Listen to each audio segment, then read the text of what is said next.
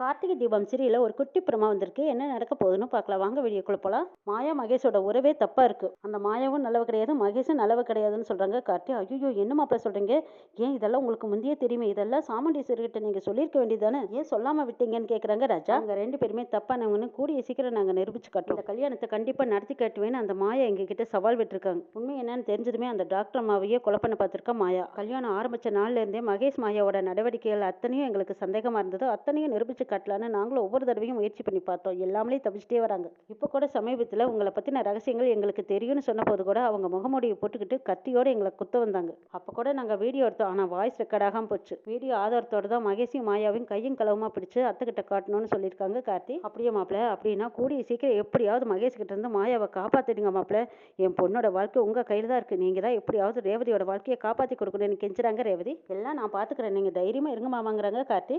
கார்த்தி போனதுக்கு அப்புறமா மயில் ராஜா ரெண்டு பேருமே யோசிக்கிறாங்க. ஏமாமா நம்ம ராஜாவுக்கே ரேவதியை கல்யாணம் பண்ணி வச்சா என்ன? அடா ஆமா மாப்பிள்ள, நம்ம கார்த்திகே நம்ம ரேவதியை கல்யாணம் பண்ணி வச்சா என்ன? உறவுக்குள்ள உறவாவும் இருக்கும், சொந்தமா விட்டு போகாதுங்கிறாங்க ராஜா. ஆமா இதெல்லாம் நான் சொல்லித்தான் தெரிய வேண்டியதா இருக்கு உங்களுக்கு. நீங்களா எதையும் யோசிக்க மாட்டீங்க. சரி இதுக்கான முயற்சி எடுங்கிறாங்க. இந்த விஷயம் கார்த்திக்கு தெரியக்கூடாது மாமா. வேண்டான்னு தான் சொல்லுவான். ஏன்னு கேட்டா அவனுக்கு ஏற்கனவே கல்யாணம் ஆகி அவன் முதல் மனைவி உயிரோடு இல்லை. கார்த்திகிட்ட ஒரு தடவை இதை பத்தி பேச போக எனக்கு கல்யாணமே வேண்டான்னு சொல்லிட்டானே. நீங்க என்ன பண்றீங்க? பாட்டி கிட்ட போய் பேசுங்க. அவங்க தான் சரியான ஆள். பாட்டி கிட்ட பேசுனீங்கன்னா தான் இதுக்கு ஒரு தீர்வு கிடைக்குங்கிறாங்க மயில். ஆமா மாப்பிள்ள கரெக்டாக சொன்னீங்க. எங்கள் அம்மா கிட்ட தான் இதை பற்றி பேசணும். எங்கள் அம்மா தான் இதுக்கு சரியான முடிவெடுப்பாங்கங்கிறாங்க ராஜா. தாத்தா பாட்டி ரெண்டு பேருமே ஏற்கனவே ரேவதிக்கு கார்த்திகை கல்யாணம் பண்ணி வைக்கலான்னு முடிவெடுத்துட்டாங்கிறாங்க. எது ரேவதிக்கு கல்யாணம் பண்ணி வைக்க முடிவெடுத்துட்டாங்களா? அப்பாவும் அம்மாவும் முடிவெடுத்தது எனக்கு தெரியாதுங்கிறாங்க. இன்னும் கார்த்திகே தெரியாது. கார்த்திகிட்ட சொன்னா அவன் வேண்டாம் வேண்டான்னு சொல்றான். பாட்டியை வந்து நேரடியாக பேச சொல்லுங்கன்னு சொல்றாங்க மயில். ராஜா பாட்டியை கோயிலுக்கு வர சொல்றாங்க. என்னப்பா விஷயம்? என்ன விஷயமா வர சொன்னேன்னு கேட்குறாங்க பாட்டி. ஆமா என் பொண்ணு ரேவதியை உங்க பேரன் கார்த்திக்கு நீங்க பொண்ணு கேளுங்கம்மா. நீங்க நேரடியாக வந்து சாமுண்டீஸ்வரி கிட்ட ரேவதியை பொண்ணு கேளுங்கன்னு சொல்றாங்க. இதை கேட்டதும் பாட்டி அப்படியே ஆடி போய் நிக்கிறாங்க. என்னப்பா சொல்ற? நீ பொண்டாட்டியை பத்தி தெரிஞ்சிருந்தோம் என்ன அவகிட்ட வந்து பொண்ணு கேட்க சொல்றியப்பாங்கிறாங்க. ராஜா என்ன இருந்தாலும் எனக்கு கொஞ்சம் அவகிட்ட நேரடியா பேச பயமா தான் இருக்குதுங்கிறாங்க. நீ என்னமோ சொல்றப்பா, சரி நானும் வந்து கேட்கறேங்கிறாங்க. ஆமா எது நடந்தாலும் சரி எல்லாம் பார்த்துக்கலாம், நீங்க வந்து நேரடியா பொண்ணு கேளுங்க.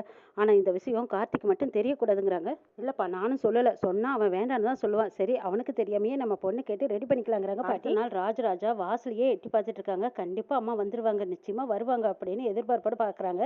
இந்த பக்கமா மயில் வந்து என்ன மாமா எதுக்காக வாசலையே பார்த்துட்டு இருக்கீங்க? யாராவது வரைய சொல்லியிருக்காங்களாங்கிறாங்க. ஆமாப்பா முக்கியமானவங்க வருவாங்க. முக்கியமானவங்களா யாரா இருக்கும்னு யோசிச்சுட்டு இருக்காங்க. இந்த பக்கமா சாமுண்டீஸ்வரி கிட்ட கார்த்தி மயில் இவங்க எல்லாருமே சேர்ந்து மாயா மகேஷ் பத்தின உறவு முறையை பத்தி சொல்லிடுறாங்க. அதுவும் வீடியோவோட ஆதாரத்தோட காட்டிடுறாங்க. இந்த கல்யாணமே வேண்டாங்கிற முடிவுக்கு வந்துட்டாங்க. இதுக்கப்புறமா எல்லாரும் மனஞ்சோர்ந்து வந்திருக்கும் போது தான் அங்க மேலதாள சத்தம் கேட்குது. மேலதாளத்தோட வருது அப்படின்னு காது கொடுத்து கேட்டுட்டு இருக்காங்க சாமுண்டீஸ்வரி. ராஜா எட்டி எட்டி பாக்குறாங்க. முக்கியமானவங்க தான் வராங்கன்னு சொல்றாங்க. முக்கியமானவங்களா யாரா இருக்கும் அப்படின்னு எதிர்பார்க்கும் போது அங்க பாட்டி தான் பின்னாடி சீர்வரிசைகளோடவும் மேலதாளத்தோடவும் வந்துட்டு இருக்காங்க. கோயில் ஏதாவது விசேஷமா? அதான் மேலதாள சத்தம் கேக்குதான்னு பாக்குறாங்க. பாட்டி முன்னாடியும் பின்னாடி சீர்வரிசைகளும் வந்துட்டு இருக்கிறத பார்த்து கார்த்தி என்னடா இது நேரடியா அத்தை வீட்டுக்கே வந்துட்டாங்களே பாட்டி, என்ன நடக்க போதோ இன்னைக்கு அப்படின்னு எதிர்பார்த்துட்டு இருக்காங்க. பாட்டி துணிச்சலா நேரடியா சாமுண்டீஸ்வரியை பார்க்க வரேன்னு வராங்க. என்னால பிரிஞ்சு கொடுங்க, என் பொண்ணு நேரம் ஒண்ணு சேரணுமா, நீங்க வந்து கேட்கணும்னு சொன்னதுனால இப்ப பாட்டி நேரடியா பொண்ணு கேட்க வந்திருக்காங்க. சாமுண்டீஸ்வரின்னு வராங்க. யார்டா அதுன்னு திரும்பி பாக்குறாங்க சாமுண்டீஸ்வரி.